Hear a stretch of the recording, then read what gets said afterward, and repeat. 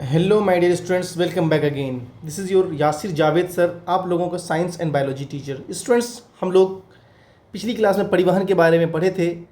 हम लोगों ने जंतुओं में परिवहन के बारे में पढ़ा कि जंतुओं में परिवहन किस तरह से होता है, यानी कि हमारे हृदय में किस तरह से रक्त का आना और जाना होता है, आदान प्रदान होता है।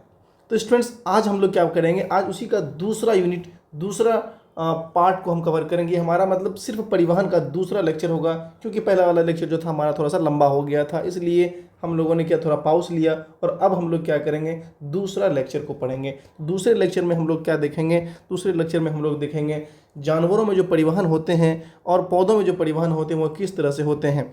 जानवरों में परिवहन के बारे में यानी कि हम ये कहेंगे कि जो नेटवर्क जाल तक हम लोगों ने पिछली क्लास में देखा था, क्या होता है, ट्यूबों का जाल के बारे में जाना था कि जो हमारा हृदय है, हृदय में क्या होता है, जो रक्त पहुंचता है वहाँ से किस किस तरह से ट्रांसपोर्ट होता है, वहाँ से किस जो ट्यूब होता है किस तरह से अपनी वाहिकाएं बनाए रखती हैं। तो स्टूडेंट्स, हम लोगों ने हृदय के बारे में देखा। आज हम लोग बात करते हैं हृदय से निकलने वाली जो जाल होती, रक्त वाहिकाएं होती हैं। तो क्या है, शरीर के चारों ओर रक्त को पहुंचाने के लिए एक पंपिंग अंग की आवश्यकता होती है, जिसको हम लोग क्या कहते हैं, जिसको हम लोग हृदय के नाम से जानते हैं। तो हम लोगों ने देखा था इसके बारे में, क्या है वो हृदय है।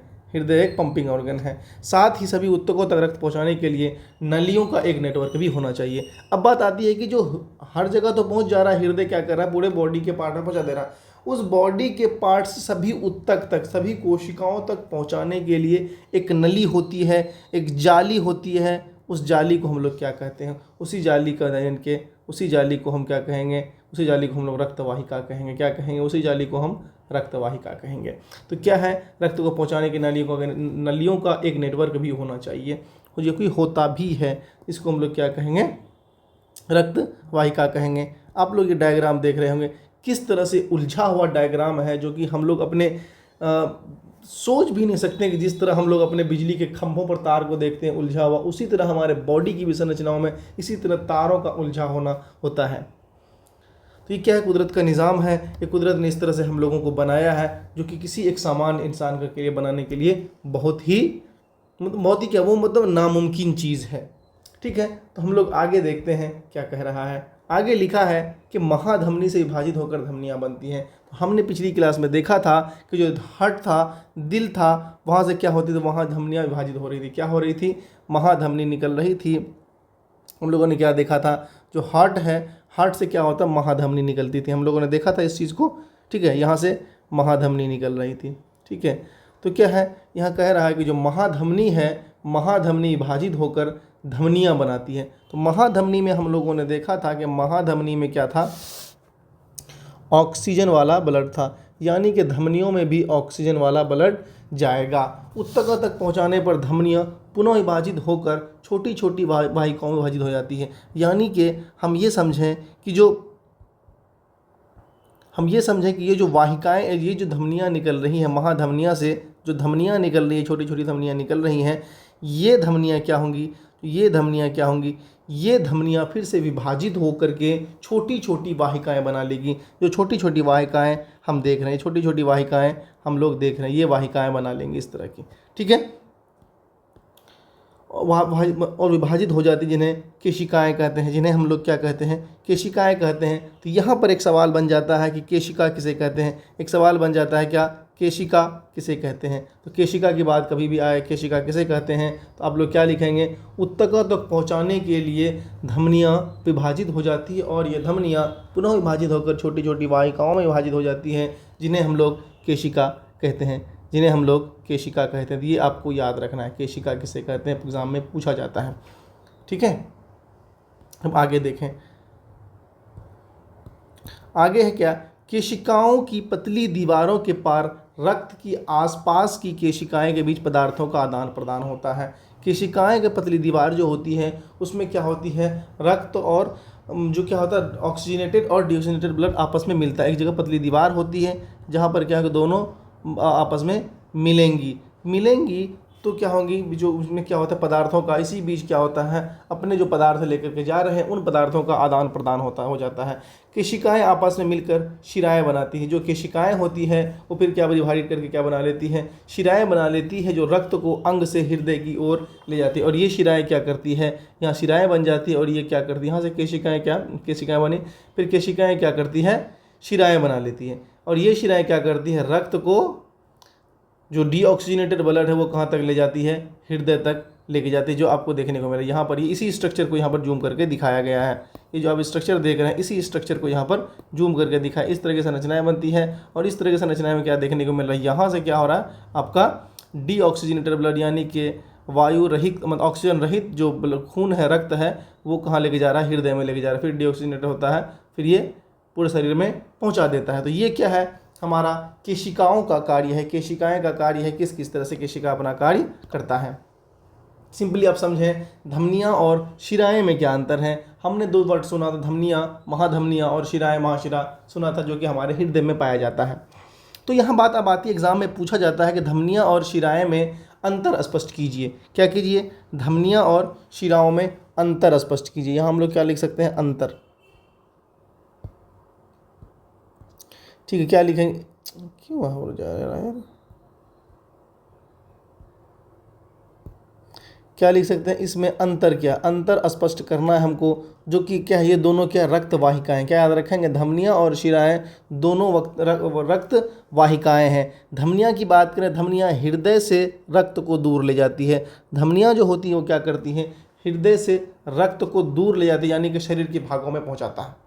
क्या याद रखेंगे, जो धमनी होती है रक्त को शरीर के विभिन्न भागों में पहुंचाता है। ये धमनियां क्या करता है, शरीर के विभिन्न भागों में पहुंचाता है। दूसरा क्या है, नसें रक्त को हृदय में वापस ले जाता है। और जो नस है, जो हम लोग जानते हैं जिसमें डीऑक्सीजनेटेड ब्लड होता है, हमारे शरीर से बिना ऑक्सीजन वाले ब्लड को क्या करता है, बिना ऑक्सीजन वाले ब्लड को यहाँ से क्या करता है, कहाँ लेके आता है, हृदय में लेके आता है। तो शिराएं ये काम करता है।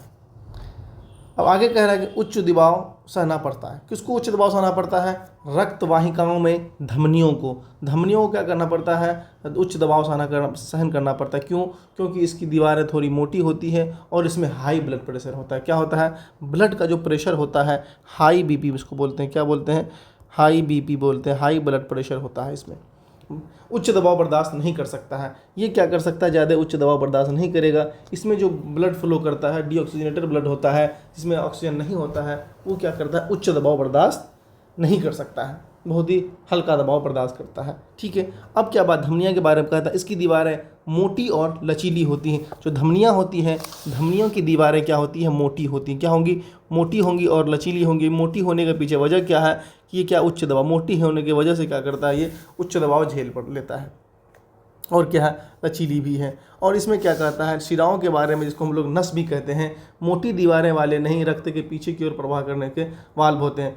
इसमें क्या होते हैं, मोटी दीवार नहीं होती, इसकी दीवारें क्या होती, पतली दीवारें। क्या लिखेंगे, पतली दीवारें होती हैं, पतली दीवारें होती है। क्या याद रखेंगे, पतली दीवारें होती है। और क्या, रक्त के पीछे की प्रवाह, इसमें क्या रक्त बाहर की ओर ना मुड़े, इसलिए इसके बीच में क्या होता है, वाल्व होता है। क्या होता है, जिस तरह का वाल्व हमने हृदय में पढ़ा था, इसमें भी क्या होता है, वाल्व होता है। क्या होते हैं, वाल्व इसमें पाए जाते हैं। तो ये याद रखेंगे आप लोग, इसमें क्या होते हैं, वाल्व पाए जाते हैं। और रक्त के प्रभाव को पीछे से रोकने के लिए इसमें वाल्व होता है। और इसकी दीवारें क्या होती है, मोटी नहीं होती है, और इसकी दीवारें पतली होती थी। ये आप डिफरेंस, ये अंतर आपको याद रखना है। क्यों, क्योंकि एग्जाम में हमेशा 3 मार्क्स में या फिर 5 मार्क्स में पूछा जाता है कि हृदय का नामांकित चित्र बनाइए और धमनियों को दर्शाइए और उसमें अंतर स्पष्ट करें। धमनी और शिराओं को दर्शाइए और इन दोनों में अंतर स्पष्ट करें। या फिर 5 मार्क्स में पूछ देता है शरीर की धमनी और शिराओं को दर्शाते हुए अंतर स्पष्ट करें। तो आप अपने हिसाब से इसको क्वेश्चन को, पैटर्न को बैठा लीजिएगा और इसको याद कर लीजिएगा। क्या VVI, इसको हमेशा लगा लीजिएगा कि ये जो है दोनों में डिफरेंस, ये क्या है, VVI है। वेरी वेरी इंपॉर्टेंट क्वेश्चन है ये आपके लिए। अगला क्या है, फिर वही चीज़, फिर उसी बातों को थोड़ा सा अच्छे अलग तरीके से लिखा गया है। आर्टरीज यानी कि धमनी, आर्टरीज यानी कि धमनी, वेंस यानी कि शिराएँ, या फिर यहाँ हम उसको नस बोलते हैं। तो हम लोग क्या क्या बोलेंगे, धमनी जो होता है, धमनी में ऑक्सीजन होता है। क्या होता है, प्योर ब्लड होता है, ऑक्सीजन युक्त ब्लड होता है। शिराओं में ऑक्सीजन रहित ब्लड होता है। एक डिफरेंस ये हो गया। दूसरा क्या है, ये इतना बार बार इसलिए समझा रहे हैं क्योंकि ये बहुत ही इंपॉर्टेंट है। ठीक है, क्या होता है, पहले क्या लिखेंगे हम लोग, ऑक्सीजन युक्त ब्लड होता है धमनी में, ऑक्सीजन रहित ब्लड होता है शिरा में। रक्तदाब उच्च होते हैं, हमने भी बताया। आर्टरीज में क्या होते हैं, रक्तदाब जो होते हैं वो बहुत ही हाई बीपी हो, हाई ब्लड प्रेशर होते हैं आर्टरीज में, जबकि इसमें उच्च रक्तदाब नहीं पाया जाता है शिराओं में। ठीक है, और क्या गया, इसकी दीवारें मोटी और लचीली होती है। इसकी दीवारें क्या होती है, आर्टरीज की दीवारें क्या होती है, मोटी और लचीली होती है, जबकि वेंस की दीवारें पतली दीवार होती है और कम लचीली होती है। इसमें क्या होता है, आर्टरीज में वाल्व नहीं होते, अभी हम लोगों ने बोला इसमें वाल्व नहीं होते हैं, जबकि प्रवाह को रोकने के लिए वाहिद उल्टा प्रवाह को, क्योंकि इसका बैक फ्लो स्लो होता है, यानी कि उसका जो प्रेशर स्लो होता है, पीछे की ओर ब्लड आ सकता है, इसलिए क्या होता है, इस प्रवाह को रोकने के लिए क्या होता है, इसमें वाल्व मौजूद होते हैं। क्या होते हैं, वाल्व मौजूद होते हैं। और क्या लिखा है, फुफ्फुस धमनी को छोड़कर ऑक्सीजन युक्त रक्त ले जाता है। हमने पिछली क्लास में एक एब्स्ट्रैक्शन, एक अपवाद बताया था कि फुफ्फुस धमनी में सिर्फ क्या होता है, डीऑक्सीजनेटेड ब्लड होता है, जबकि फुफ्फुस शिराओं में क्या होता है, ऑक्सीजनेटेड ब्लड होता है। हर शिराओं में क्या होगा, डीऑक्सीजनेटेड ऑक्सीजन रहित रक्त होंगे, जबकि फुफ्फुस शिराओं में क्या होंगे, ऑक्सीजन युक्त ब्लड होंगे। तो ये आप लोगों को याद रखना है, दोनों क्या है, एक दूसरे का अपवाद है। फुफ्फुस शिराएं और फुफ्फुस धमनी क्या है, अपवाद है। चले हम लोग नेक्स्ट डायग्राम, नेक्स्ट पे हम लोग क्या देखते हैं, फेफड़े में जो केशिकाएं अभी हम लोगों ने देखा, जहाँ पर एक्सचेंज ऑफ मटेरियल्स होता है, उसके बीच के स्ट्रक्चर को हम लोग केशिकाएं कहते हैं। और ये केशिकाएं क्या करते हैं, हमें जितने भी न्यूट्रिएंट होते हैं वो हमारे हृदय, मतलब जो भी एक दूसरे को एक्सचेंज करके रक्त को हृदय तक और शरीर तक पहुंचाने का काम करते हैं। तो ये चीज़, इसके बारे में हमने बताया था कि दो काम एक साथ होता है, एक साथ ब्लड आता है और दूसरा ब्लड चला जाता है। तो ये जो दो काम एक साथ हुआ, इसी को हम लोग बोलते हैं दोहरा परिसंचरण। क्या बोलते हैं हम लोग, दोहरा परिसंचरण के नाम से इसी को हम लोग जानते हैं, जबकि इस चीज़ों को हमने पिछले क्लास में भी देखा था। ठीक है, अब बात आती है कि हम लोग जानते हैं कि हृदय जो होता है हमारा क्या है, पंपिंग ऑर्गन है। क्या है, पंपिंग ऑर्गन है। ये हमारे हृदय ब्लड को, रक्त को पंप करके विभिन्न भागों तक भेजता है। अब अगर इसकी धड़कन की बात करें कि हमारा जो हृदय की धड़कन होती है, धड़कता है, वो क्यों धड़कता है, ये पंपिंग की वजह से। और ये धड़कन 2 चरण में होते हैं। कितने चरण में होते हैं, 2 चरण में होते हैं। और हम लोग जानते हैं कि मानव हृदय 1 मिनट में 72 बार धड़कता है। कितनी बार धड़कता है, 72 बार धड़कता है। और हमने ये पढ़ा है कि इसका धड़कन कितने चरण में होते हैं, 2 चरण में होते हैं। क्या है, अब 2 चीज़ें हैं। एक चीज़ें क्या है, एक को बोलते हैं सिस्टोलिक, एक को बोलते हैं डायस्टोलिक। सिस्टोलिक और दूसरा डायस्टोलिक। सिस्टोलिक क्या है, यह दबाव सिराओं की अपेक्षा धमनियों में अधिक होती है। यानी कि जो सिस्टोलिक प्रेशर है, इसको हम लोग क्या बोलते हैं, ये दबाव कहाँ पे होता है, ये धमनियों में होता है। क्या होता है, ये धमनियों का दबाव है। ये दबाव क्या होता है, जो शिराएँ होती उसकी अपेक्षा ये धमनियों में बहुत ज़्यादा होता है। और ये ब्लड का फ्लो होना, इसको हम लोग बोलते हैं वेंटिकुलर संकुचन के भी नाम से हम लोग जानते हैं। क्या जानते हैं, वेंटिकुलर संकुचन के भी नाम से जानते हैं। मतलब कि कहते हैं, और इसके दौरान धमनी में दबाव बढ़ जाता है, अधिक होता है, जिसको हम लोग क्या बोलते हैं, 120 मिलीग्राम पर हाइड्रोजन ग्राम, मिलीमीटर पर हाइड्रोजन ग्राम हम लोग बोलते हैं। 120 mm पर Hg, 120 mm पर Hg हम लोग कहते हैं। इसको हम लोग क्या बोलते हैं, कॉन्ट्रैक्शन। इसको हम लोग क्या बोलते हैं, कॉन्ट्रैक्शन के नाम से भी जानते हैं। क्यों कॉन्ट्रैक्शन, क्योंकि ये कॉन्ट्रैक्ट करता है ब्लड में, मतलब हृदय में ब्लड का आना होता है, कॉन्ट्रैक्ट करता है। ठीक है, यानी कि हृदय में जैसे ही ब्लड आएगा तो हृदय क्या करेगा, इसको पकड़ेगा। हृदय क्या करेगा, पकड़ेगा, कॉन्ट्रैक्ट करेगा। क्या करेगा, मुट्ठी के समान इसको कॉन्ट्रैक्ट करके रखने का। फिर क्या करेगा, रिलैक्स करेगा। रिलैक्स करने का मतलब इसको छोड़ देगा हमारे ब्लड को। जो छोड़ने का छोड़ता है उसको हम लोग बोलते हैं रिलैक्सेशन। रिलैक्स किया जिसको हम लोग क्या बोलते हैं, डायस्टोलिक प्रोसेस। क्या बोलते हैं, रिलैक्स किया तो डायस्टोलिक बोलते हैं, कॉन्ट्रैक्ट किया तो हम लोग सिस्टोलिक बोलते हैं। यहाँ लिखा है सिस्टोल इज कॉन्ट्रैक्शन, हमारे ब्लड को पकड़ा। रिलैक्सेशन क्या हुआ, छोड़ दिया, जिसको हम लोग बोलते हैं डायस्टोल बोलते हैं। जिससे क्या होता है, पकड़ने के टाइम में भी दबाव होता है, छोड़ने के टाइम में भी दबाव होता है। ये दबाव क्या होता है, लब और डब की आवाज़ आती है। कौन सी आवाज़ आती है, लब डब की आवाज़ आती है। पकड़ना और छोड़ने पर लब डब की आवाज़ आती है। इसी आवाज़ को डॉक्टर सुनता है और पता करता है कि लब की आवाज़ जब आई तो कितनी दूर तक हमारा पारा पहुंचा। जो हम लोग स्फेगोमोनोमीटर से हम लोग जब नापते हैं सॉरी स्फेगोमोनोमीटर बोलते हैं ना, हाँ, इस स्फेगोमोनोमीटर से हम लोग नापते हैं अपने ब्लड प्रेशर को, तो लब की आवाज़ में देखते हैं 120 होता है और डब की आवाज़ में 80 mm/Hg होता है, ये हम लोग जानते हैं। तो मतलब कॉन्ट्रैक्शन में, रिलैक्सेशन में कितना दबाव है, तो इससे ज़्यादा अगर होना दैट मीन्स कि उस पर्सन को ब्लड प्रेशर है। क्या है, उस पर्सन को क्या है, ब्लड प्रेशर देखने को मिलता है। यहाँ लिखा है जब रक्त वाहिकाओं से होकर बहता है तो यह रक्त वाहिकाओं की दीवार पर बल लगाता है। यही कहने का मतलब है कि ये रक्त जो होता है ये क्या रक्त वाहिकाओं से होकर गुजरता है तो क्या करेगा, बल लगाता है। क्या लगाता है, बल लगाता है। किस पे, हमारे दीवारों पर। किसकी दीवारों पर, धमनियों की दीवारों पर बल लगाता है। इसी बल लगाने की क्रिया को हम लोग क्या बोलते हैं, इसी रक्तदाब बोलते हैं, ठीक है। और इसको हम लोग क्या नापते हैं, इसको हम लोग रक्तचाप भी कहते हैं, ब्लड प्रेशर कहते हैं। और रक्तचाप को एक उपकरण द्वारा मापा जाता है, इस ब्लड प्रेशर को एक उपकरण द्वारा मापा जाता है जिसको हम लोग क्या बोलते हैं, स्फेगोमोनोमीटर बोलते हैं। क्या बोलते हैं, रक्तदाब मापी या स्फेगोमोनोमीटर कहते हैं, ठीक है। ये देख रहे हैं जब ब्लड फ्लो कर रहा है हमारे शरीर में तो क्या कर रहा है, ये हमारे दीवारों को, हमारे धमनियों की दीवारों को प्रेशर लगाता है। ये क्या होता है, ये जब ये अक्सर आप देखने को मिला कि जो पर्सन एजेड हो जाते हैं, बूढ़े हो जाते हैं, उस पर्सन में क्या होता है, ब्लड प्रेशर की बीमारी हो जाती है। क्यों होती है, क्योंकि ब्लड प्रेशर या हाई या लो हो जाता है, जिससे क्या होती है, दीवारें क्या हो जाती है, जो मोटी दीवार है वो पतली हो जाती है और ज़्यादा से ज़्यादा इसमें फ्लो होने लगता है। क्योंकि दीवारों में जो ज़्यादा फ्लो होना, जितना ज़्यादा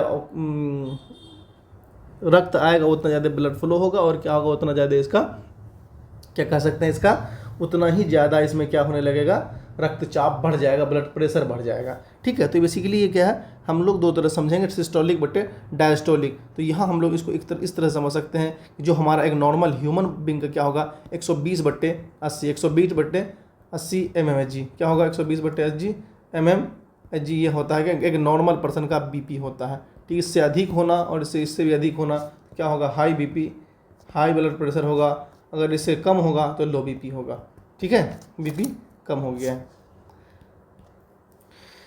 अब बात आती है कि हमारे शरीर में क्या है कि जब कोई चीज़ क्षतिग्रस्त हो जाता है, यानी कि हमारा टूट फूट हो गया, कट फट हो गया हमारे किसमें, हमारे अंगुलियों में, हमारे बदन में, हमारे पैर में, हमारे सर में, कहीं पर भी कट हो गया, इस कट को, क्षतिग्रस्त को रोकने के लिए हमारे शरीर में एक पिगमेंट पाया जाता है, एक पदार्थ पाया जाता है जिसको हम लोग बोलते हैं प्लेटलेट्स बोलते हैं। क्या बोलते हैं, प्लेटलेट्स बोलते हैं। हम लोग क्या बोलेंगे, यदि कोई वस्तु क्षतिग्रस्त हो जाए तो समय समय पर उसकी मरम्मत करने की व्यवस्थाएं हैं।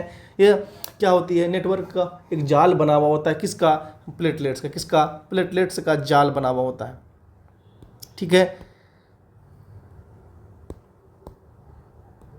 क्या था, यह एक प्रकार की रक्त कोशिका है। और क्या है, प्लेटलेट्स क्या है, प्लेटलेट्स एक प्रकार की रक्त कोशिका है। प्लेटलेट्स क्या है, एक प्रकार की रक्त कोशिका। इन सब के बारे में हम लोग पढ़ेंगे। आइए हमारा देखें नेक्स्ट स्लाइड में क्या है। तो किसी कट से रक्त वाहिकाओं का नेटवर्क क्षतिग्रस्त हो जाता है जिससे बंद प्रणाली रिसाव हो जाता है। मतलब क्या है, हमारा जो रक्त वाहिकाएँ हैं, रक्त वाहिकाओं से क्या होता है, हमारा ब्लड ट्रांसपोर्ट होने लगता है। हम लोगों ने अभी देखा, तो ये ब्लड जब ट्रांसपोर्ट होगा,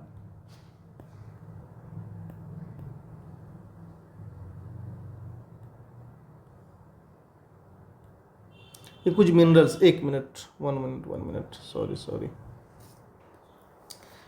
चलिए देखिए, थोड़ा सा मेरा जो एनिमेशन था वो थोड़ा सा डिस्टर्ब हो गया है, तो हम लोग इसको थोड़ा समझते हैं क्या है कि, तो अब बात आती है कि मालिक की कोई हमारे बॉडी में कट लग गया और क्या हुआ, हमारा जो रक्त वाहिकाएँ हैं जो ब्लड को ट्रांसपोर्ट कर रहा है वो क्षतिग्रस्त हो गया।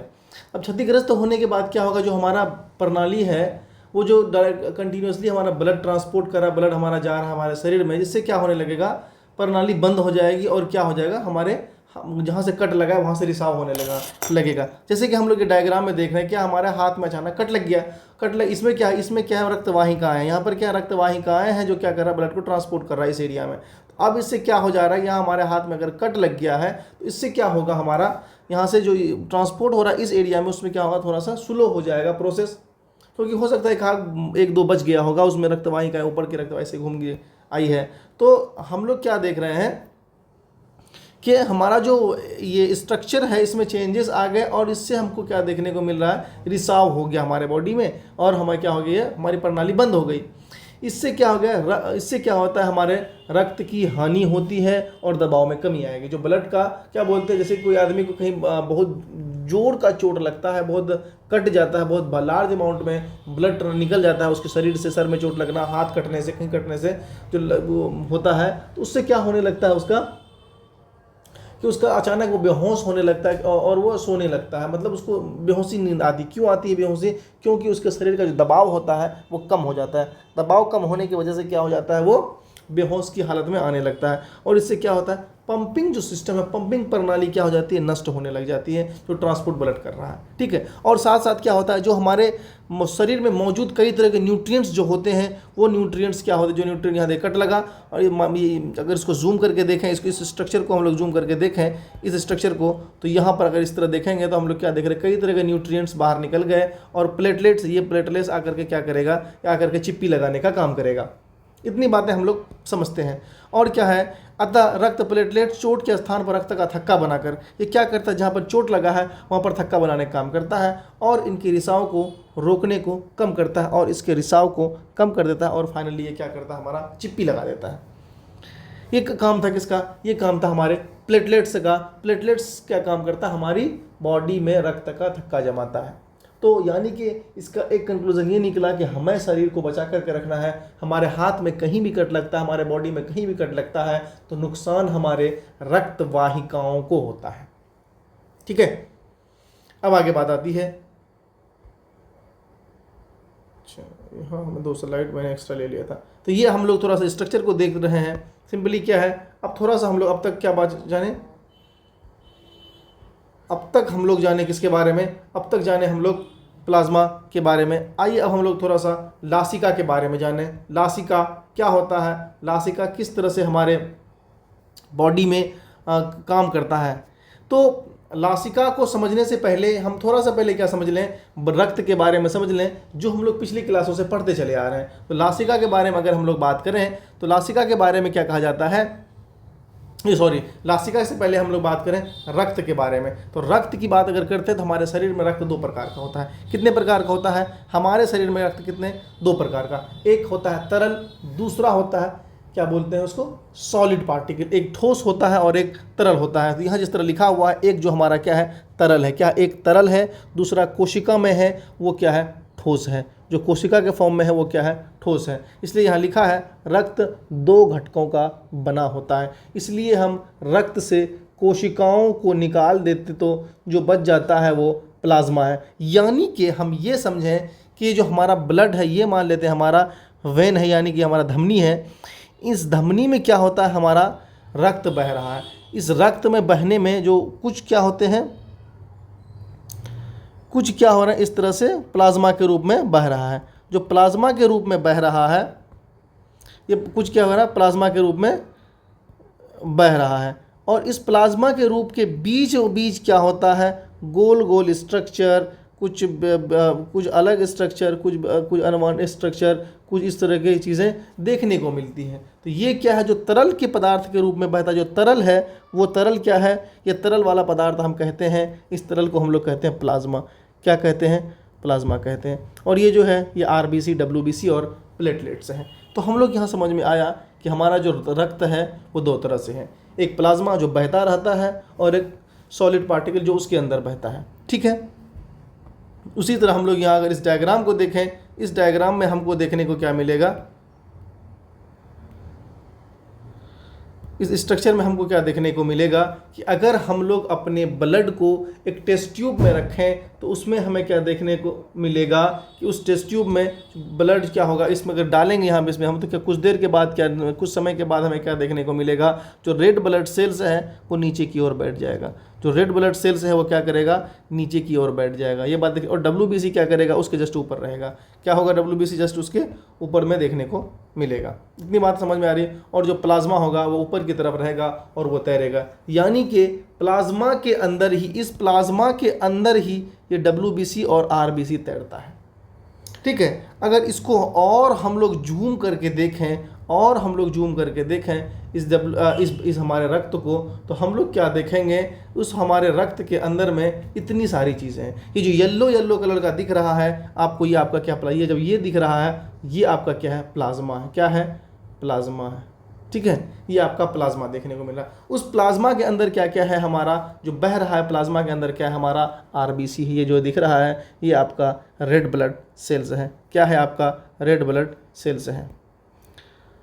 ये आपका आरबीसी है। ठीक, उसके साथ साथ हम लोग क्या देख रहे हैं, उसके साथ साथ हमें क्या देख रहे हैं, कई तरह के एंटीबॉडीज़ देखने को मिल रहा है, या फिर हम लोग कहें WBCs देखने को मिल रहा है। ये क्या है, वाइट ब्लड सेल्स है। वाइट ब्लड सेल्स देखने को मिल रहा है। इसके अलावा इसमें क्या है, कुछ मिनरल्स देखने को मिल रहा है, कुछ न्यूट्रिएंट्स देखने को मिल रहा है, कुछ प्रोटीन देखने को मिल रहा है। अलग अलग तरह की चीज़ें हमारे प्लाज्मा के अंदर देखने को मिलता है। तो यही लिखा है, प्लाज्मा जल, विलेय और प्रोटीन से बना होता है, और इसमें क्या क्या, पानी भी मिलता है। तो हम क्या बोलेंगे, प्लाज्मा जो होता है, प्लाज्मा क्या है, प्लाज्मा के अंदर क्या, जल, विलेय और प्रोटीन से बना हुआ होता है। ठीक है, अब आगे चलते हैं। आगे चलते क्या है, अब हम बात करते हैं, अब हम धीरे धीरे आ जाते हैं किसके पास, हम लोग चले जाते हैं लासिका के पास। किसके पास, लासिका के पास। क्या है कि जब रक्त कोशिकाओं के माध्यम से बहता है तो इससे उत्तक द्रव बनता है। तो यानी कि जो हमारे बॉडी में जो लासिका जब हमारा ब्लड होता है, रक्त होता है, जब वो कोशिकाओं के में अंदर बहने लगता है, उससे क्या होता है, जो द्रव, जो कई तरह के रेड ब्लड सेल्स मिल करके क्या बना लेती, उत्तक की संरचना बना लेती। क्या बना लेती है, उत्तक की संरचना बना लेती है, जिसे हम लोग क्या कहते हैं, लिम्फ भी कहते हैं, जिसका हम लोग क्या बोलते हैं, रंग क्या होता है, हल्का पीला होता है। यानी कि जब ये कोशिकाओं के अंदर बहेगा तो ये क्या करेगा, बहते बहते क्या करेगा, इसकी एक संरचना बना लेगा, एक जगह एकजुट हो जाएगा एक जगह, और ये लिम्फ का निर्माण करेगा। किसका निर्माण करेगा, लिम्फ का निर्माण करेगा, और जिसका रंग क्या होता है, पीला होता है। ठीक है, तो इसे ही हम लोग क्या बोलते हैं, लिम्फ बोलते हैं। जहाँ जैसे हमने बात की थी अभी कि हम लोग पहले रक्त के बारे में बात करेंगे, फिर लासिका के बारे में बात करेंगे।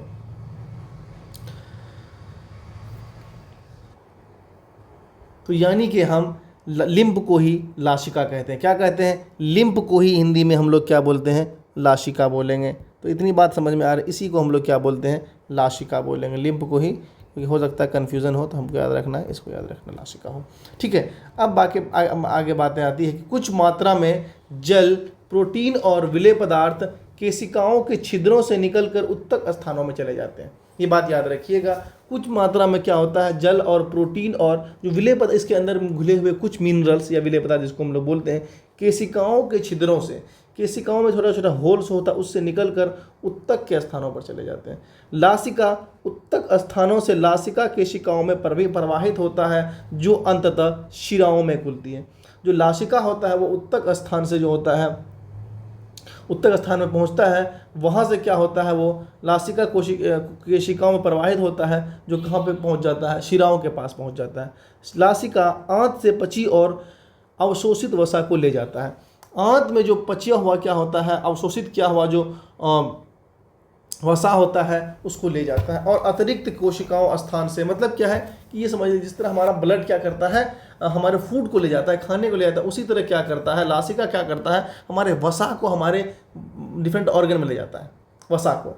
तो क्या, अवशोषित वसा को ले जाता है और अतिरिक्त कोशिकाओं स्थान से अतिरिक्त तरल पदार्थों को वापस रक्त में निकाल देता है। यानी कि इसके अलावा जैसे कुछ तरह के मिनरल्स होंगे, न्यूट्रिएंट्स होंगे, प्रोटीन होंगे, इसको क्या करता है, वो रक्त में निकाल देता है और सिर्फ वसा को लेके जाता है। यह रक्त प्लाज्मा के समान। अब ये बात करते हैं, जो रक्त है, ये जो लासिका है, ये प्लाज्मा के समान होता है, सिवाय इसमें प्रोटीन की कुछ मात्रा कम होती है। जिस तरह हम लोग जानते हैं प्लाज्मा में क्या होता है, प्रोटीन होता है। प्लाज्मा प्रोटीन के नाम से मशहूर भी है। तो प्लाज्मा में क्या होता है, प्रोटीन होता है, और ये दोनों क्या होता है, लासिका और प्लाज्मा एक तरह से दिखते भी हैं, एक तरह के होते हैं, लेकिन फ़र्क इसमें यह है कि लासिका में जो होता है, प्रोटीन की मात्रा बहुत ही कम होती है। क्या होती है, लासिका में प्रोटीन की मात्रा बहुत ही कम होती है। यानी कि प्लाज्मा में क्या होता है, प्लाज्मा में प्रोटीन होता है, प्रोटीन होता है, ठीक है, लेकिन प्लाज्मा